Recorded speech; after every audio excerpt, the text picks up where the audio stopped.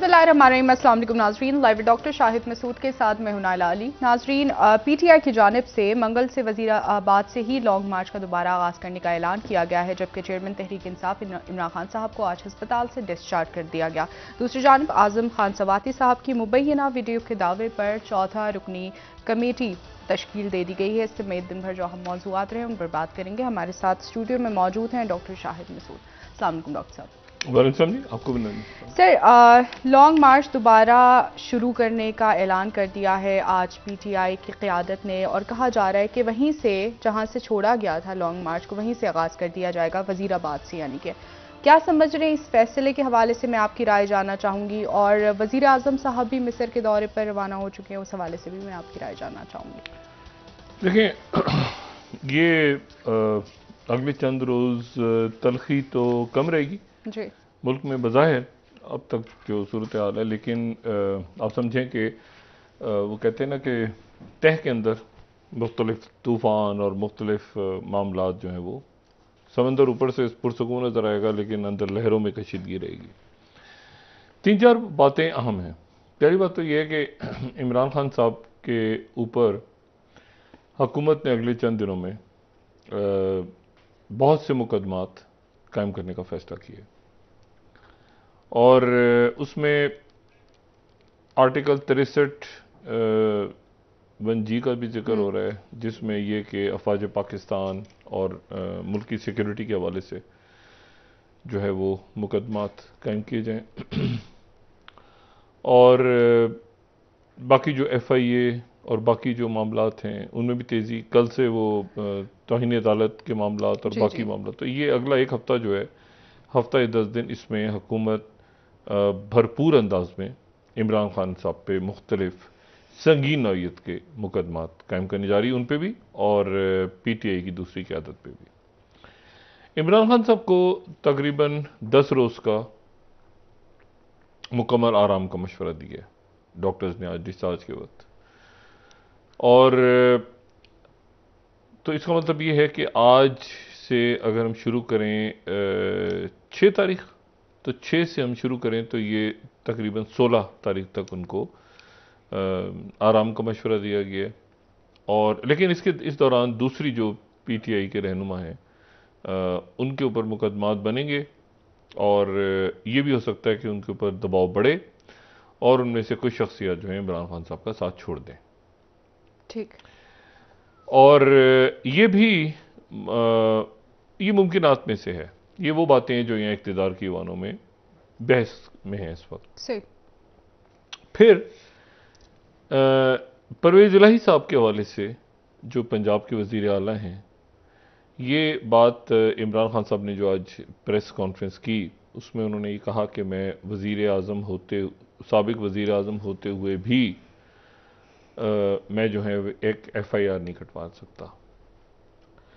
लेकिन इशू ये है कि FIR तो कटवानी है उस सूबे के वज़ीर आला ने, और उनके हुक्म पे FIR जो है वो एक थाने फ़ोन करें तो FIR कट जाएगी। तो उस FIR में जो है वो वफाकी हुकूमत तो बाद में आती है, पहले तो आती है सूबाई हुकूमत। सूबाई हुकूमत जो है वो FIR, ज़ाहिर है कि उसमें जो जिन शख्सियात को डाला है उनका नाम 2 पे तो शायद वो राज़ी हो जाएं, लेकिन वो तीसरी शख्सियत के ऊपर जो है वो राज़ी नहीं हो सकते किसी सूरत भी। परवेज़ इलाही साहब ने रहना नहीं रहना पाकिस्तान में, तो वो ऐसा, मतलब ये तो मैंने मज़ाहन बात की है, लेकिन वो परेशान है कि मैं कैसे FIR कटवाऊँ, इस तीसरी FIR जो है। तो FIR नहीं कट रही, दबाव उन पर नहीं है। ये मैं आपको खबर के तौर पे बता रहा हूं कि परवेज़ इलाही साहब पे दबाव नहीं है, लेकिन वो ये काम कर नहीं सकते। मतलब ये बहुत अजब मामला हो जाएगा अगर वो ये इस तरफ सोचते भी हैं कि मैं ये करूं, तो क्योंकि उसके नतीजे में तो ये होगा फिर कि कोई भी शख्स आइंदा किसी भी शख्स पे जो हमारी अस्करी शख्सियात हैं उनके ऊपर जो है वो FIR कटवा सकता है किसी भी लेवल पे, किसी भी सतह पे। मतलब एक मेजर जनरल के सर्विंग मेजर जनरल के ऊपर हो सकती है, तो कोई कहे कि जी वो 4 स्टार जनरल पे भी हो सकती है। मतलब इस तरह के मामला तो फिर ख़राब हो जाएंगे ना रियासत में। तो जब तक कोई सबूत हो कोई वैसी, तो वो अब अच्छा, लेकिन खान साहब कह रहे हैं कि वो है, मैं तो नाम 3 ले रहे हैं वो, तो ये मामला जो है ये कहीं अटका हुआ है दरमियान में, और इस मामले का कोई कानूनी हल, कोई आईनी हल ये होता नजर नहीं आ रहा। FIR नहीं है, मेडिको लीगल के सवालात खड़े हो गए और बहुत सारे सवाल। तो ये वो मामलात हैं जिसपे हुकूमत जो है, क्योंकि ISPR की प्रेस रिलीज जो आई परसों, उसमें हुकूमत से कहा गया कि आप कार्रवाई करें। हुकूमत ने आगे अदालत के सामने बात कर दी। वो अदालत जो है, वो कल भी बात हुई, फुल कोर्ट जुडिशल कमीशन नहीं बन सकता, जुडिशल कमीशन गालिबन बन सकता है, और वो जो है वो मतलब देखते हैं कि सुप्रीम कोर्ट उस पर क्या कैसे करती है काम। सुमोटो भी ले सकती है, सुप्रीम कोर्ट सुमोटो ले सकती है, लेकिन सुप्रीम कोर्ट फुल कोर्ट नहीं बना सकती। इमरान खान साहब ने आज उसका खैर मकदम की है, लेकिन साथ ही वो यानी वजीर आजम शहबाज शरीफ साहब की इस पेशकश का खैर मकदम भी किया है, लेकिन वो साथ ही इस्तीफा भी मांग रहे हैं। तो ये 184(3) के तहत जो है वो सुमोटो तो हो सकता है, उनकी दरख्वास्त को सुमोटो में कन्वर्ट करके फिर एक जुडिशल कमीशन बन सकता है, लेकिन फुल कोर्ट शायद ना बने। सही। तो ये आने वाले दिनों में देखते हैं कि इसमें ये मामला अदालतों में और मुकदमात के हवाले से कहाँ जाता है। फिर दूसरी बात, इसमें जो इमरान खान साहब के जहन में है वो ये है, देखें आज उन्होंने बात की, ये ज़ाहिर है प्लान ऊपर नीचे हो, खान साहब इसको देख के डिसाइड करेंगे कि क्या किस तरह से, यानी आज ही बात हुई कि 10 से मतलब वजीराबाद से शुरू होगा, तो अगले 10 से 15 दिन, अगर हम 10 से 15 दिन इसको लगाते हैं तो ये शुरू होता है मंगल, तो फिर उससे अगला मंगल, यानी ये कोई 21-22 तारीख तक ये आएगा रावलपिंडी में, या उससे आगे पीछे आप जो भी दिन लगा लें। तो इमरान खान साहब इस दौरान जो है वो खिताब करते रहेंगे ऑनलाइन, यानी जाहिर है कि उनको डॉक्टर्स ने आराम का मशवरा दिया, और फिर वो ये कह रहे हैं कि फिर उसके बाद वो जब रावलपिंडी में दाखिल होगा जी, फिर वो वहां से शामिल होंगे। अच्छा, और फिर वहां से शामिल होंगे, और ये तय नहीं कि क्या वो रावलपिंडी में ही, आगे का उन्होंने इस्लामाबाद का अभी तक नहीं कहा, उन्होंने कहा रावलपिंडी में जमा हो जाए और फिर आगे फिर हम साथ इस्लामाबाद में दाखिल होंगे। ये वो दिन होंगे जब पाकिस्तान में एक अहम तरीन तकरूरी जो है वो उसका ऐलान हो रहा होगा।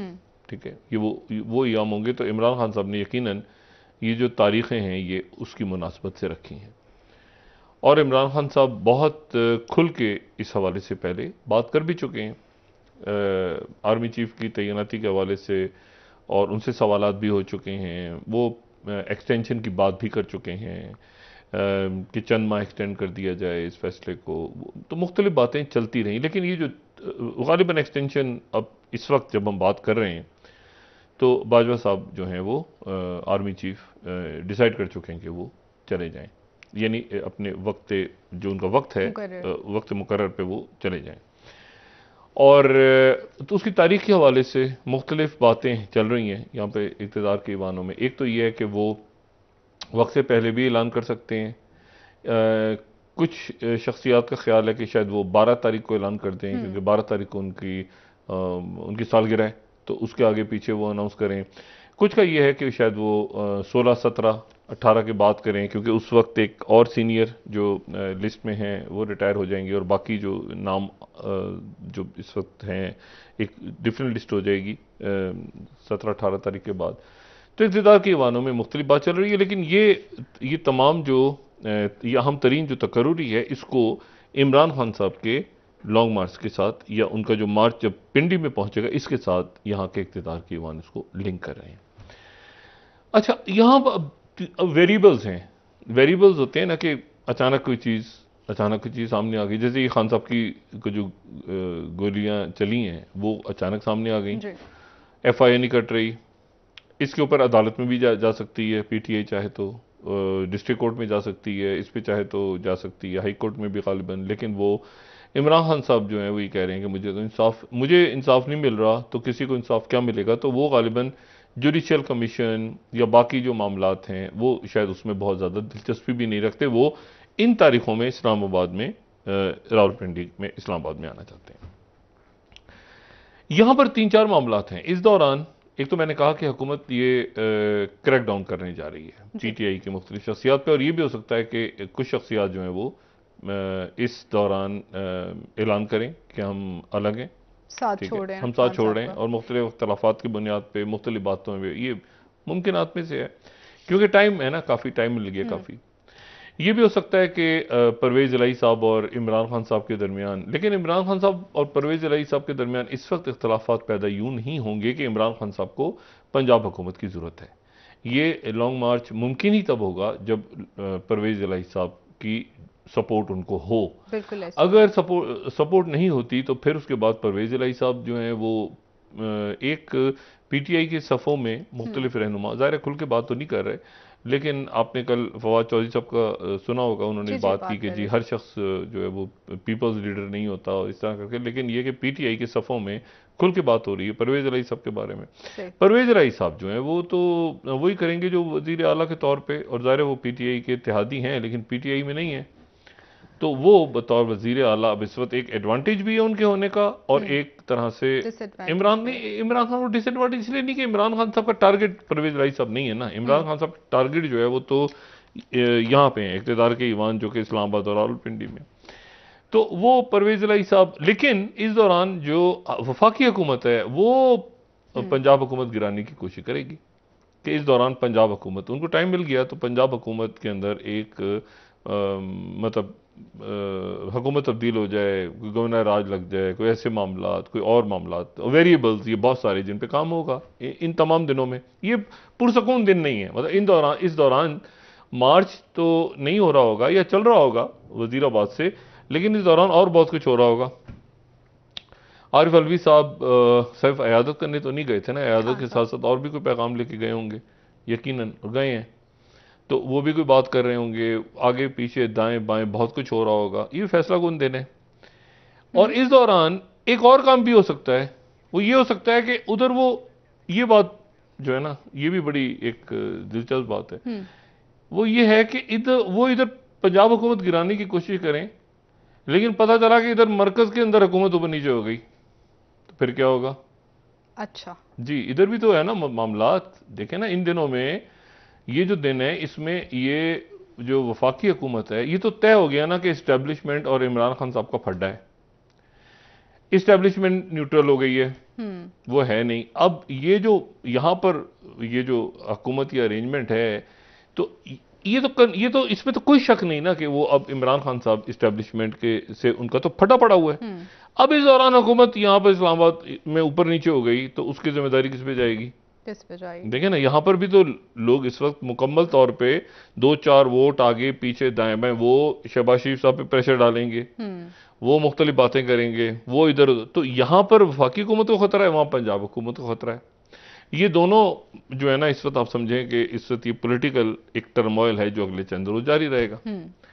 अच्छा, इसी दौरान जो है वो तो ये एक ऐसी, अच्छा अदालतें फाल होंगी और फाल बहुत ज्यादा फाल होंगी। हमें आने वाले कल से नजर आएगा मुकदमात, ये जो मैंने आपसे कहा कि ये जो आईएसपीआर की तरफ से प्रेस रिलीज आई कि जी सिपाही से लेके एक ऑफिसर तक हर शख्स का फौज बतौर अदारा, वो कहते हैं इनफ इज इनफ कि जी बहुत हो गया, मतलब हर कोई मामला होता है तो उसके अंदर जो है वो। अब मुझे आज एक बड़ी दिलचस्प बात पता चली, हमारे ये जो गुंतानामो बे से आए हैं पराचा साहब जी, पराचा साहब रिहा होकर आए हैं और इन्होंने कुछ 17-18 साल वहाँ पे गुंतानामो बे में गुजारे, और एक आम तासुर ये है कि उनको मुशर्रफ साहब के वक्त में पाकिस्तान ने उनको मुशर्रफ साहब ने हवाले कर दिया था, उनको पाकिस्तान ने हवाले किया था।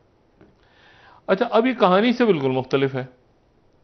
कहानी यह है कि मुशर्रफ साहब जो आज उस दौर की बड़ी अहम शख्सियत से आज मुलाकात हुई, जो कि उस वक्त आप समझ लें कि ये कोर टीम थी जो कि डील कर रही थी अमेरिकन के साथ, और बाकी ये तय हुआ था कि कोई पाकिस्तानी जो है वो यानी ये आईएसआई और सीआईए के दरमियान ये तय हुआ था, वो आईएसआई के हवाले से बात कर रहे थे, ये तय हुआ था किसी पाकिस्तानी को हैंड ओवर नहीं किया जाएगा। आफिया सिद्दीकी का मामला कभी हम बाद में डिस्कस करेंगे, वो भी बड़ा एक पुरस्कार मामला है कि वो क्या हुआ, उसमें उनके शौहर का क्या रोल था, बाकी क्या रोल। लेकिन पराचे साहब की कहानी भी बड़ी अजीब हुआ ये कि इनको अमेरिकन ने कहा तो पाकिस्तान की तरफ से इनकार हो गया कि आपको सवाल ही पैदा नहीं होता। हैंडओवर नहीं CIA और ISI के दरमियान तय पा गया कि किसी सूरत में इनको हैंड ओवर नहीं किया जाएगा, और साथ ही पराचा साहब से कहा गया कि अमेरिकन आपके पीछे लगे हुए हैं, तो आप जरा पाकिस्तान में रहिएगा, मोहतात रहिएगा, बाहर मत जाइएगा, इधर ही रहिएगा, और यहाँ पर आप अपनी जो मूवमेंट है, क्योंकि आपके पीछे वो लगे हुए हैं अमेरिकन, तो आप यहाँ से मत जाइएगा। किसी ने खुदा जाने इनको क्या किया, FBI या पुलिस या जो भी था, इनको कोई झांसा वांसा देके वो यहाँ से बैंकॉक ले गए। इनको ये था कि पाकिस्तान से नहीं निकलना आपने, ये इनको मुशर्रफ साहब की तरफ से और ISI की तरफ से कहा गया था पाकिस्तान में रहें, कि आप बाहर निकलेंगे क्योंकि पाकिस्तान का मुआहदा हुआ है, बाहर निकलेंगे तो CIA आपको उठा लेगी, कोई उठा के ले जाएंगे। लेकिन पाकिस्तान, ये बैंकॉक गए, खुदा जाने कैसे, ये कभी इनसे हम पूछेंगे, या ये बैंकॉक है, बैंकॉक से इनको उठा लिया अमेरिकन ने, और 17-18 साल। यानी ये जो है ना, वो एक जरा सी गलती होती है ना कि यार मेरा ख्याल है कि यार एक चक्कर लगा लेते हैं, एक चला जाता हूँ, ये ऐसी कोई बात है, तो ये गए, निकले बस पाकिस्तान से बाहर, और बैंकॉक से उनको उठाया और वहां ले गए, और 17-18 साल तक वहां पे वो रहे। अच्छा, तो इसलिए मैं ये बात कर रहा हूं कि तो बहुत सारी ऐसे मामलात हैं जो डल जाते हैं, लेकिन वो फिर वो उनको वो पता नहीं चलता कि कौन है पीछे, क्या हुआ। हमारा भी ये तासुर है कि जी पराचा साहब को शायद हैंड ओवर किया गया, उन अमेरिकन ने बैंकॉक से उठा लिया था। अच्छा, कमिंग बैक, तो ये है कि अब इसमें किसी किस्म की जो है वो, मतलब एक शख्स के ऊपर अगर बात हो रही है तो वो शख्स काम खुद नहीं कर रहा। एक सिपाही अगर गोली चला रहा है तो सिपाही जो है वो अपने ऑफिसर, वो जो ऑफिसर हुक्म दे रहा है, वो अपने ऑफिसर, जो उसका ऊपर का ऑफिसर, फिर ऑफिसर, तो जाते जाते चेन तो जाती है ना आर्मी चीफ तक। तो अगर आप यानी एक ऑफिसर की बात करें, उनसे ऊपर दूसरे ऑफिसर हैं, दूसरे तीसरे ऑफिसर हैं, तो वो उनसे हटके तो कोई काम नहीं हो रहा। तो ये पूरी एक चेन ऑफ कमांड है। अब अगर उसमें ऐसा हो कि जी, जो मैंने बात उस दिन की थी कि मैं ये कहूँ कि जी वो ये मेरी टीम के, मैं उनसे कहूँ कि जी आप ये काम करें, और वो करे, और बाद में मैं कहूँगी जी मैंने तो कुछ नहीं किया, इसने किया इसको, तो उससे पूरी टीम है या पूरी जो एक चेन ऑफ कमांड है, उसके अंदर एक बददिली भी फैलती है। और ये जो वॉर ऑन टेरर है, देखें ISI और फौज का जो रोल पाकिस्तान की सियासत में रहा है, उसके ऊपर कोई दो आरा नहीं कि वो नहीं होना चाहिए। और माशाल्लाह भी लगे, और बाकायदा जो है वो हमने देखा कि वो नून में कभी काफ लीग बन रही है, तो कभी पैट्रियट बन रही है, सारी बन रही है। लेकिन वो जो है वो उसको तनकीद का निशाना बनाया जाता है और बनाया जाता रहा है। इसमें उस शख्स, उस फौजी का क्या, उसकी क्या गलती है जो इस वक्त सियाचिन पे मौजूद है, या बॉर्डर्स पे खड़ा है, या कहीं और शहीद हो गया और जान दे रहा है मुल्क के लिए, और रोज दहशतगर्दों से लड़, तो उसकी तो कोई गलती नहीं है। इसीलिए मैं कहता हूं ना, हम पुलिस को भी ओवरऑल लेते हैं। पंजाब पुलिस, मतलब हम जब बात करते हैं ना पंजाब पुलिस, तो उसमें कोई, वो भी तो पुलिस ऑफिसर्स हैं जो सड़कों पर खड़े हैं, जो थानों में बैठे हैं, या सिंध पुलिस, या बाकी, मतलब या कस्टम्स, या FI, आप बतौर अदारा किसी को नहीं कह सकते, ठीक है ना। बेहतरीन जजेस हैं आपके मुल्क में, बेहतरीन उनके नाम जो है वो कोर्ट होते हैं, उनकी जजमेंट्स कोर्ट होती हैं। तो लेकिन बात यह है कि जब वो तमाम के तमाम उसको अदारे को ले आएंगे बीच में, तो वो मामला खराब हो जाएगा। अच्छा, तो अब इमरान खान साहब का मसला जो है वो इस्टेब्लिशमेंट के साथ, इमरान खान साहब ने सींग फंसाए हुए अपने, और इमरान खान साहब बड़े हुए हैं। अच्छा, ये कैलकुलेशन हमारी तो शुरू से थी कि खान साहब लड़ेंगे, खान साहब लड़ेंगे जिससे मर्जी उनका फड्डा पड़े, उन्होंने लड़ना है। लेकिन गालिबन ये कैलकुलेशन दूसरी तरफ नहीं थी, उनका ये था कि नवाज शरीफ साहब की तरह वो करेंगे और मुझे निकाला करके चले जाएंगे। यहां जो है इमरान खान साहब लड़ रहे हैं, डटे हुए हैं। अब ये लड़ाई जाके कहां खत्म होती है खुदा जानता है बेहतर। लेकिन मैंने आपसे कहा कि इसमें अब जो हुकूमत है, हुकूमत के साथ इस्टेब्लिशमेंट एक पेज पे है। हुकूमत का ख्याल है कि इस्टेब्लिशमेंट उनके साथ एक पेज पे है, और ख्याल उनका दुरुस्त भी होना चाहिए। तो मामला ये है कि इसमें वो अब उन्होंने सारा मामला छोड़ दिया है। अब आप देखें कि अब ये जो अगले चंद रोज हैं, इन चंद दिनों में हुकूमत क्या करेगी मैं नहीं जानता, क्योंकि अभी तक तो हुकूमत भी मसरूफ थी ना, कुछ करती नजर आ रही थी। रोज 8-10 प्रेस कॉन्फ्रेंस हैं, 15-20 दफा गालियां, मतलब ये काम, ठीक है। साथ इधर अपने मतलब है कि पार्लियामेंट में मुख्तलिफ मतलब जो भी उनका हिसाब किताब चल रहा था वो चल रहा था।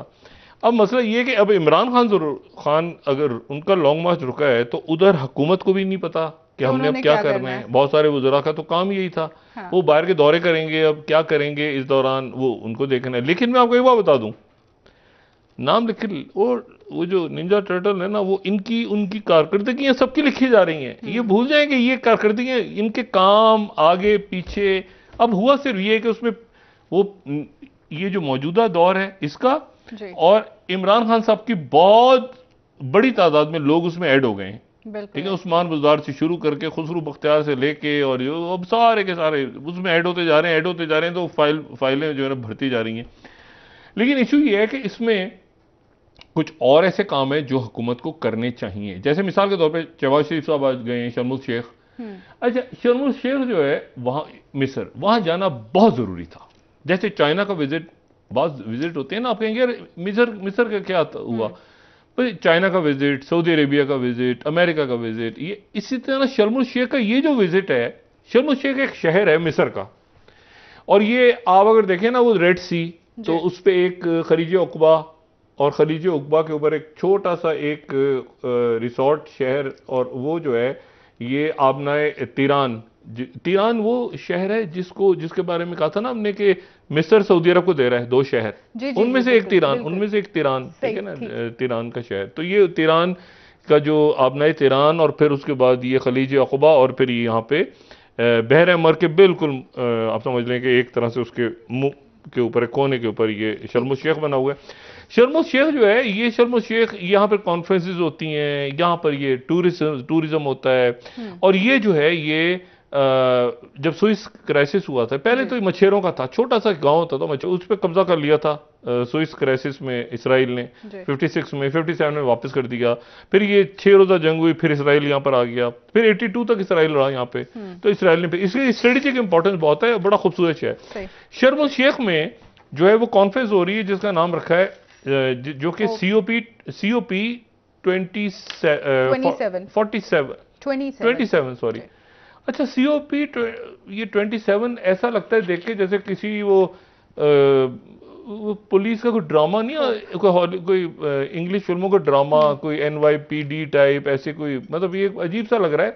बहरहाल चलें जी, ये है कॉन्फ्रेंस ऑफ पार्टीज, ठीक है, और ये अक़वाम मुत्तहिदा की 27वीं कॉन्फ्रेंस हो रही है क्लाइमेट चेंज पे जी। लेकिन नाम कैसा कुछ है, कुछ लगता है कोई ड्रामेटिक सा, कोई बोरिंग सा पुराना कोई ड्रामा, COP 27 कोई किसी एनीवे, मुझे लग रहा है, उस वक्त मैं गलत कर रहा हूँ। बहरहाल अब ये इंपॉर्टेंट इसलिए है कि यहां पर जो दुनिया में बनी नौ इंसान ने कहा जा रहा है कि अगर कभी बनी नौ इंसान खात्मे की तरफ जाएगी तो 3 वजूहात होंगी। एक होगा न्यूक्लियर के हथियार चल गए, न्यूक्लियर जंग हो गई, खुदा ना खास्ता। दूसरा पेंडेमिक, ये वबा फैल गई, जो भी फैली थी तो पता चला कि दुनिया। और तीसरा जो है वो क्लाइमेट चेंज, जिसको भूल जाते हैं बार बार, जिसके नतीजे में ग्लेशियर पिघल रहे हैं। पाकिस्तान का जाना इसलिए, ग्लोबल वार्मिंग हो रही है, ग्लेशियर पिघल रहे हैं, सैलाब इस साल आए, ज्यादा आए पाकिस्तान में, पाकिस्तान बड़ा हिस्सा डूब गया, अगले साल और ज्यादा आ सकते हैं। उधर जो है वो कहत पड़ गया कहीं पर, यूरोप के अंदर आग लग गई शहरों में और जंगलों में, जो गर्मियां गुजरी हैं वहां पर आग लगी हुई हमें नजर आई। तो इशू ये है कि ये यहां पर पाकिस्तान का जाके और अपना केस दुनिया को बताना इसलिए जरूरी था कि पहली दफा पिछले साल ग्लासगो में हुई थी तो वो एक बोरिंग सी थी, उसके बोरिंग में, माजरत के साथ बोरिंग इसलिए कह रहा हूं कि उस वक्त यूक्रेन जंग नहीं शुरू हुई थी ना, तो वहां पर उन्होंने बड़ी बातें की, बहुत सारी बातें कि जी ऐसे होगा, ये हम कार्बन विजन यानी जो फॉसिल फ्यूल्स हैं उनसे हटेंगे, कोयला वोयला नहीं जलाएंगे, ताकि उसके नतीजे में ये जो 1.5 डिग्री 1.5 डिग्री सेल्सियस टेम्परेचर बढ़ रहा है, हम प्री इंडस्ट्रियल यानी जब इंडस्ट्रीज नहीं थी तो उस वक्त जो टेम्परेचर था जो वार्निंग वहां तक लेके जाएंगे, और हम ग्रीन हाउस गैसेस को, कार्बन को, इनको कम कर। लेकिन उसके बाद जो जंग छिड़ गई यूक्रेन की, तो लोग तो कोयले भी चले गए वापस, चाइना में कोयला, इंडिया में कोयला, यूरोप कह रहा है कोयला, पाकिस्तान का। तो अब कैसे आगे जाना है, एक तो बात ये, फिर पाकिस्तान अपना केस वहां पर लेके जाएगा कि जी सैलाब आया तो सैलाब हमारी वजह से तो नहीं आया, ये तो उन ममालिक की वजह से आया जहां पर ये इंडस्ट्रीज लगी हुई हैं, और जहां पर, और ये बात पहले भी मानी अक़वाम मुत्तहिदा ने, और पहली दफा यहां पर जो है ये होने जा रहा है कि वो एक फंड ऐसा बना रहे हैं कि जो और ये प्रेशर है दुनिया के तरक्की याफ्ता ममालिक पे कि जो मुल्क सफर करें आपकी हरकतों की वजह से, जिन मुल्कों में सैलाब आ जाए, जिन मुल्क तबाहकारी आ जाए, जिन मुल्कों में जो है वो जो मुल्क अमवात हो जाए, तो वो जो मुल्क हैं उनको फिर आप मदद करें उनकी, क्योंकि सर ब्रेक का वक्त हुआ। पाकिस्तान में जो सैलाब आया या आने वाले बयान हो रहा है कि मजीद, तो वो पाकिस्तान के अंदर तो नहीं ऐसा हो रहा ना। बिल्कुल ऐसे ही है सर। ब्रेक ले लेते हैं डॉक्टर साहब, वापस आके बाकी ममालिक का जो मलबा है वो पाकिस्तान पे गिर रहा है। अब वक्फा लीजिए, फिर उसके बाद सियासत पे आते हैं। ठीक है, ठीक है नाज़रीन, एक ब्रेक ले लेते हैं, हमारे साथ रहिएगा।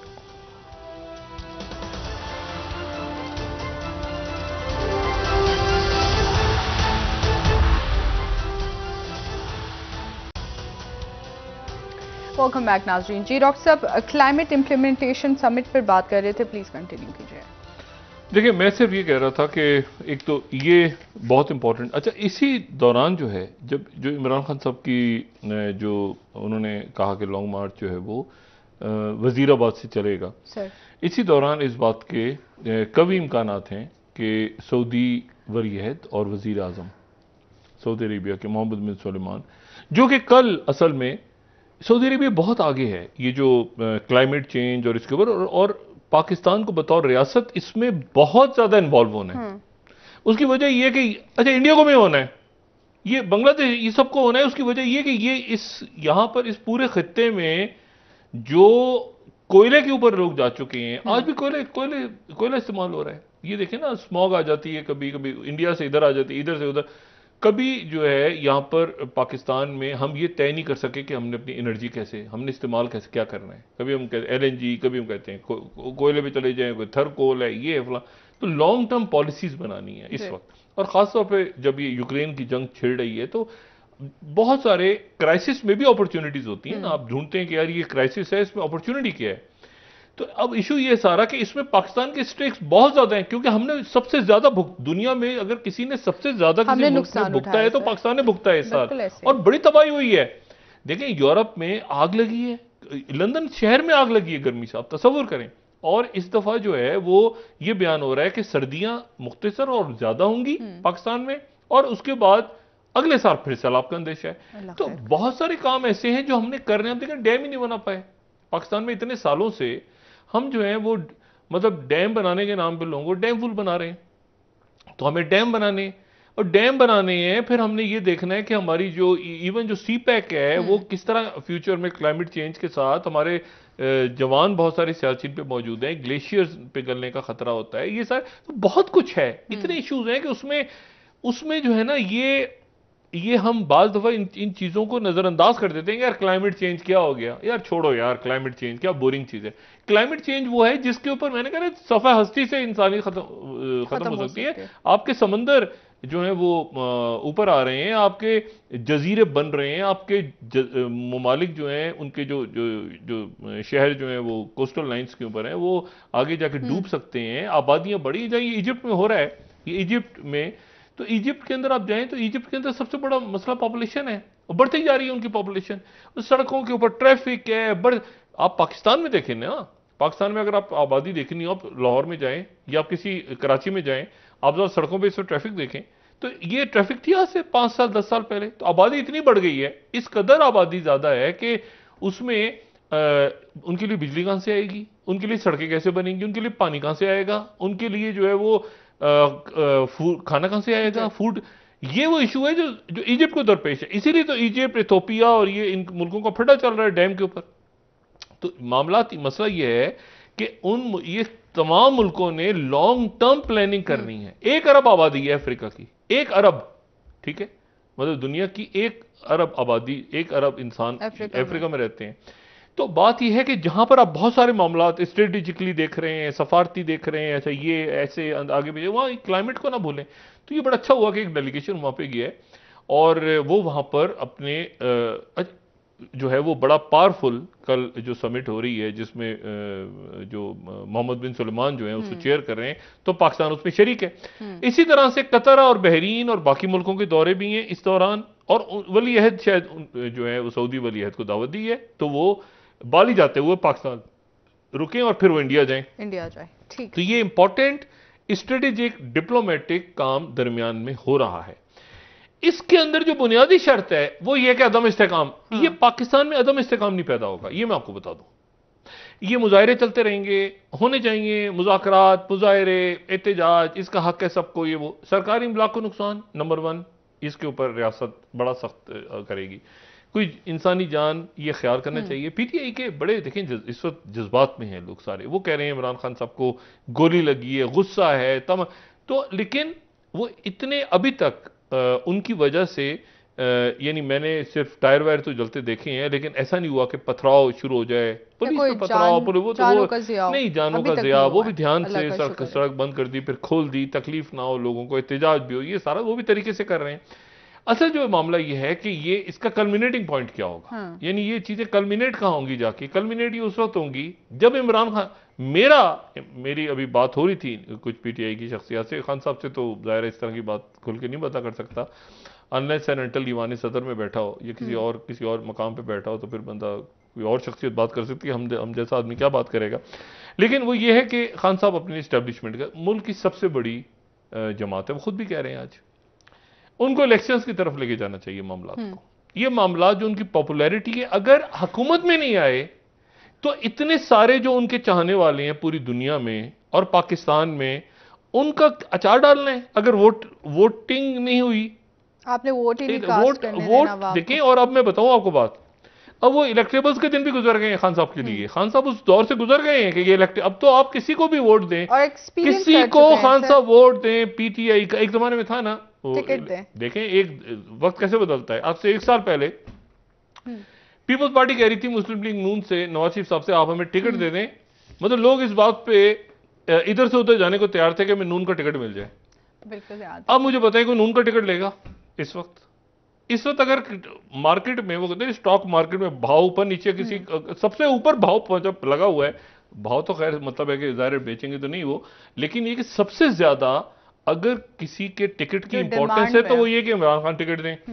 तो इमरान खान साहब को अब इलेक्टेबल्स के, देखें पाकिस्तान में कई मिथ खत्म हो गए, कई चीजें टूट गई हैं, बुत टूट गए हैं, उन्हें इलेक्टेबल का बुत भी टूट गया है। और खान साहब ने हर एक को बता के कि लोटा ऐसे होता है, इसकी शक्ल ऐसे होती है, इसका मुंह ऐसे होता है, इसकी ये बोलता है ऐसे है, ये चलता है ऐसे, तो लोगों को वो जो वफादारियां तब्दील करने वाला काम था उस पर भी लोग लानत भेज रहे हैं। शऊर आ गया ना, अब इसको लेके जाएं इलेक्शंस की तरफ। सर अभी तो हुकूमत की जानिब से कहा जा रहा है कि इंतखाबात अपनी वक्त पे होंगे। हुकूमत कह रही है कि नहीं, क्या खान साहब हुकूमत सोच रही है हम 1 साल और बढ़ा दें पार्लियामेंट को, वो हुकूमत ये सोच रही है। जी एक्सटेंशन मुल्क, वो भी एक्सटेंशन ले लें, वो कह रहे हैं कि हम 1 साल इस पार्लियामेंट की मुद्दत को और बढ़ा लें। एक्सटेंशन का लफ्ज बराए करम यूज ना करें, ये बड़ा इस लफ्ज से जो है ना बड़ा जी मसाइल पैदा हो जाते हैं।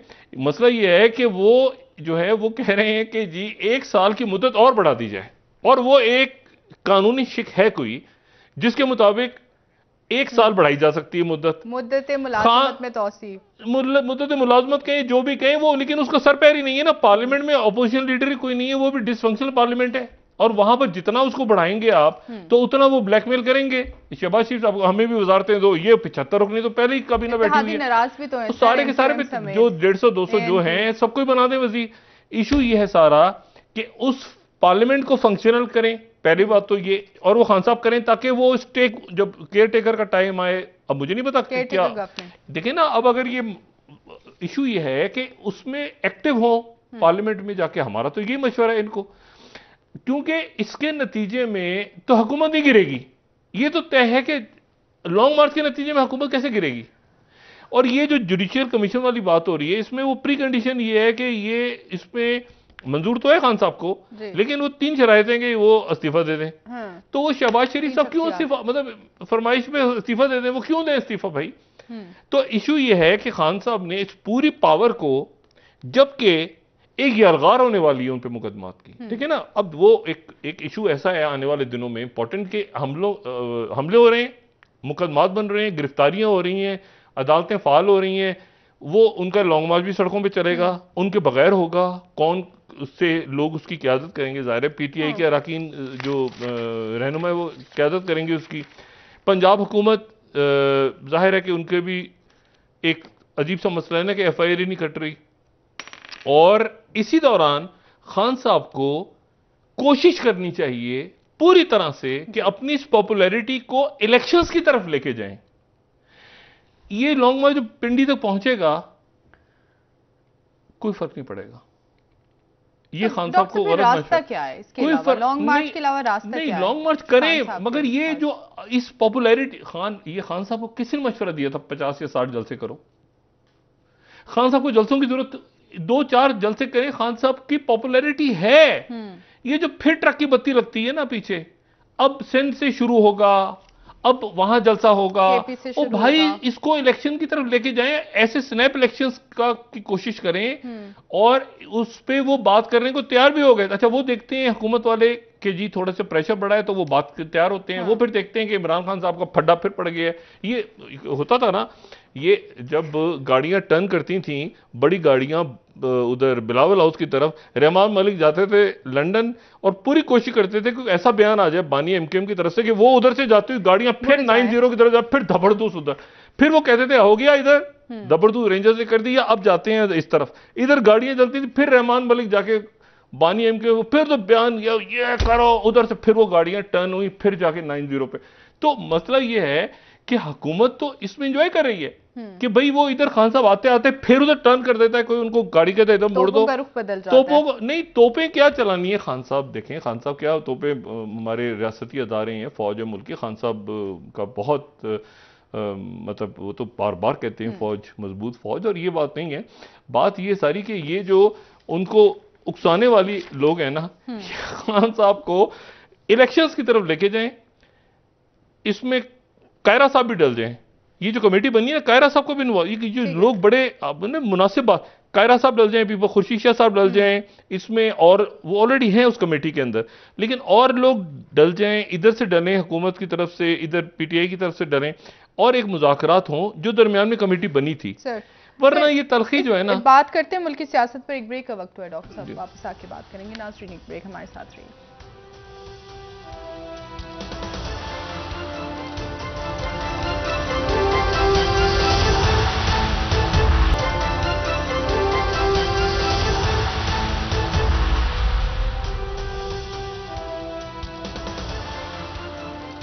वेलकम बैक नाज़रीन। जी डॉक्टर साहब, सवाल आपसे ये है, आपने कहा कि खान साहब अभी भी लड़ेंगे, तो क्या वाकई में इस वक्त वो मजीद लड़ने के कंडीशन में है? दूसरी जानिब जो आजम खान सवाती साहब की मुबैना वीडियो पर भी 14 रुकनी जो है वो कमेटी, पार्लिमानी कमेटी तश्कील दे, देखिए लड़ेंगे तो वो किससे लड़ेंगे, ये एक सवाल है ना। अभी अगले चंद रोज तक तो ये सवाल रहेगा कि वो किससे लड़ रहे हैं, ठीक है। और लड़ाई जाहिर है कि एक लॉन्ग मार्च से शुरू हो जाएगा, लेकिन उसका मकसद क्या होगा, और वो मकसद तो मेरे ख्याल से नवंबर के तीसरे हफ्ते में जाके वो यहाँ पे पहुंचेंगे। अभी तक जो बात हो रही है, एक खबर जो है ना बड़ी अजीब सी आई है, और ये वॉल स्ट्रीट जर्नल जो 5th है, इसमें सऊदी अरेबिया और US on high alert after warning of imminent Iranian attack. ये जो इमिनेंट ईरानियन अटैक, वो ये कह रहे हैं कि जी सऊदी अरेबिया और अमेरिका इमिनेंट ईरानियन अटैक, क्योंकि ईरान के अंदर मुजाहरे हो रहे हैं, वॉल स्ट्रीट जर्नल ब्रेक कर रहा है खबर,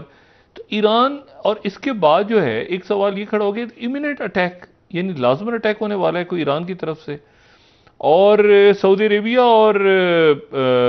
अरेबिया और अमेरिका के ताल्लुकात भी आइडियल नहीं है इस वक्त, खासतौर पे ओपेक प्लस का जो सवाल हुआ है, तो और ये मामला जो उठा है, और जिसके बाद सऊदी अरब ने बिल्कुल रशियन और ओपेक प्लस कैंप में जाने का फैसला किया है। तो ये मामला कैसे होंगे, और इसीलिए वॉल स्ट्रीट, अगर किसी ने फर्दर इसको पढ़ना हो तो आज वाशिंगटन पोस्ट का ये आर्टिकल देख लेंगे, बाइडेंस जो 6th है, Biden's consequences for Saudi Arabia are reaping quite results, यानी कोई फायदा नहीं हो रहा क्योंकि ताल्लुकात तो कशीदा हैं। ये मिड टर्म आ रहे हैं इलेक्शन, उस पर बात कर लेंगे, परसों मिड टर्म इलेक्शन है वहां पे, और देखना ये है कि बाइडेन वहां पर कमजोर हो जाते हैं मिड टर्म इलेक्शन में, या उनकी वही इसका बरह रास्त असर होगा पूरी दुनिया पे, पूरी दुनिया पे असर होगा, पाकिस्तान समेत। कल से अदालती हफ्ता जो शुरू हो रहा है, कल से ये देखना है कि एक तो मुकदमात कौन से कायम होते हैं इमरान खान साहब, और इमरान खान साहब कैसे लड़ते हैं उन मुकदमात से। ये मैंने कहा ना, अदालती और सियासी जंग होगी, सड़कों के अलावा अभी अदालती और सियासी जंग होगी जो इमरान खान साहब को लड़नी होगी, और हुकूमत उसके लिए तैयार हो रही है।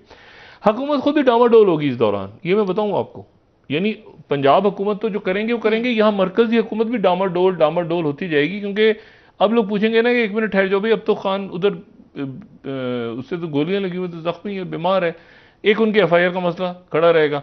अरशद शरीफ शहीद जो हैं उनका मामला अपने रिजल्ट लेकर आ जाएगा, उसमें बहुत पेशरफ्त हुई है, बहुत पेशरफ्त हुई है, और अरशद शरीफ को इंसाफ मिलेगा।